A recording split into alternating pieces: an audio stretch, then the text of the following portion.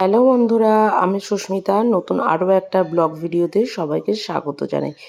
নতুন আরও একটা দিন তোমাদের সাথে শুরু করলাম। কে কোথা থেকে ভিডিওটা দেখছো এবং কেমন আছো অবশ্যই কিন্তু কমেন্ট করে জানিও। বেশ অনেকটা দিন পর তোমাদের সাথে একটা ব্লগ শেয়ার করছি। ব্লগ এডিট করা হয়তো ভয়েস ওভার দেওয়া হয় না, সময় হয়তো ব্লগ এডিট করতে ভালো লাগে না, এই রকম দিনকাল আর কি চলছে। তবে তোমাদের সাথে যে ব্লগটা শেয়ার করছি সেটা বেশ অনেক দিন আগেকার মানে প্রায় বলতে পারো 20-25 দিন আগেকার একটা ব্লগ শেয়ার করছি। মানে দিনটা ছিল হচ্ছে তার উপরে আবার রবিবার আর কি। তো যাই হোক, সকালবেলা তো বাড়িতে সেরকম কেউ ছিল না, তাই টুকটাক নিজের কাজকর্ম কমপ্লিট করে এদিকে আমার নিজস্ব যে সমস্ত কাজকর্মগুলো ছিল সেগুলো এদিকে করছিলাম। কিছু কুর্তি ছিল, মানে শীতের সময় উলি কটনের কিছু কুর্তি তুলেছিলাম এবারে প্রথমবারই।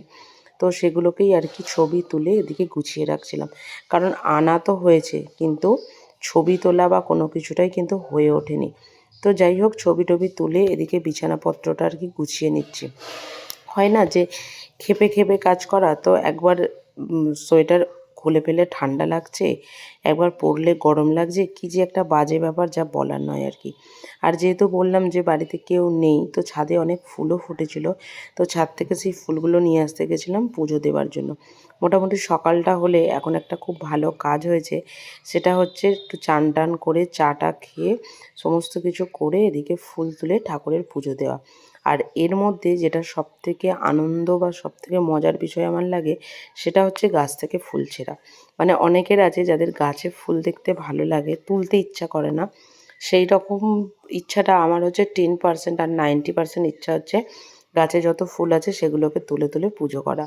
জানি না এরকম ইচ্ছা কার কার আছে বা কিছু। তো যাই হোক, ছাদ থেকে ফুল তুলে নিয়ে চলে এসেছি, আর এদিকে এবার ঠাকুরের পুজো করছি। তবে ঠাকুরের পুজো করাটা আজকেই আমার আর কি শেষ, কারণ কাল থেকে মা মানে আজকেই মা চলে আসবে, তো কাল থেকে পুজো টুজো করার দায়িত্ব হচ্ছে ওনার আর কি। তো যাই হোক, আমি যে কদিন ছিল না সে কদিন আমি নিজের মতন করে একটু পুজো টুজো করছিলাম। বেশ ভালোই লাগছিলো, কারণ আমি যেখানে থাকি সেই বাড়ির ঠাকুরগুলো তো একদমই জল বা কিছুই পাচ্ছে না, কারণ বাড়িতে কেউ নেই আর ঠাকুরগুলোও বদ্ধ হয়েই পড়ে আছে। তো সেই কারণের জন্য আর কি। তো যাই হোক, কী আর করা যাবে, এদিকে পুজো টুজো করে নিচ্ছি, করে নিয়ে যাব হচ্ছে ও বাড়ি। কারণ এ বাড়িতে তো কেউ নেই, আর সারাদিন ভালোও লাগে না একা একা থাকতে আর কি। একা একা থাকতে কোনো মানুষেরই ভালো লাগে না, আর আমি যেহেতু একা থেকে অভ্যস্ত, তাই আমি বুঝতে পারি যে একা থাকার মর্মটা কী আর কি। তো যাই হোক, পুজো টুজো করে এদিকে বেরিয়ে পড়েছি বাড়ি যাওয়ার উদ্দেশ্যে। আর বাড়ি যেতে গেলে তো ট্রেন বাস কোনো কিছুই লাগে না, হাঁটা পথে আর কি।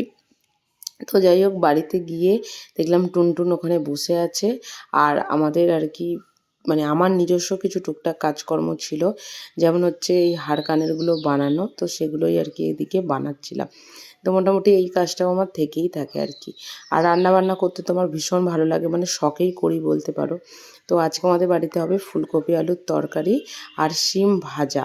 তো সেটাই আর কি করছিলাম, মাকে বললাম যে আমি করছি, তুমি একটুখানি অন্য কিছু কাজ করো, আমি এদিকে করছি। তাই এদিকে ফুলকপি আলুর তরকারিটা ঝাল ঝাল করে নিরামিষেই করছিলাম, আর ওদিকে হবে হচ্ছে লাস্ট হচ্ছে শিম ভাজা। তবে শিমটা হচ্ছে আমাদের গাছের, বহু বছর পরে আমি গাছে এত শিম দেখলাম যা বলার নয়। এর আগে যে শিমগুলো মানে এর আগেও 1 বছর শিম হয়েছিল, মানে লাস্টে বাধ্য হয়েছিল শিম গাছের যে গোড়াটা সেটা কেটে দিতে, কারণ এত শিম আর যাকে বলে আর কি খাওয়া যাচ্ছিল না, আর কত মানুষকে দেবে। একঘেয়ে শিম খেতে খেতে কিন্তু সব মানুষেরই বিরক্ত, আর ভালোও লাগে না বলতে পারো আর কি। তো যাই হোক, এই যে এদিকে ফুলকপি আলুর তরকারি মোটামুটি মশলা কষিয়ে জল দেওয়া হয়ে গেছে, আর এদিকে শেষে হচ্ছে আর কি শিম ভাজা। তো চলো, আজকের ব্লগটা এখানেই শেষ করছি। যদি কিছু ভালো লাগে তবে একটা লাইক করো, শেয়ার করো, চ্যানেলটি সাবস্ক্রাইব করে পাশে দেখো। ছোট কিছু কিছু ব্লগ তোমাদের সাথে যতটা পারছি শেয়ার করছি, চেষ্টা করব খুব তাড়াতাড়ি আবার তোমাদের সাথে রেগুলার আমি যেমন জীবনযাপন করি সেই ব্লগ তোমাদের সাথে শেয়ার করার। সেই ব্লগগুলো শেয়ার করে করে এমনই হয়ে গেছে না, আমার আর ইচ্ছা করে না যে মানে অন্যান্য কিছু ব্লগ তোমাদের সাথে শেয়ার করি।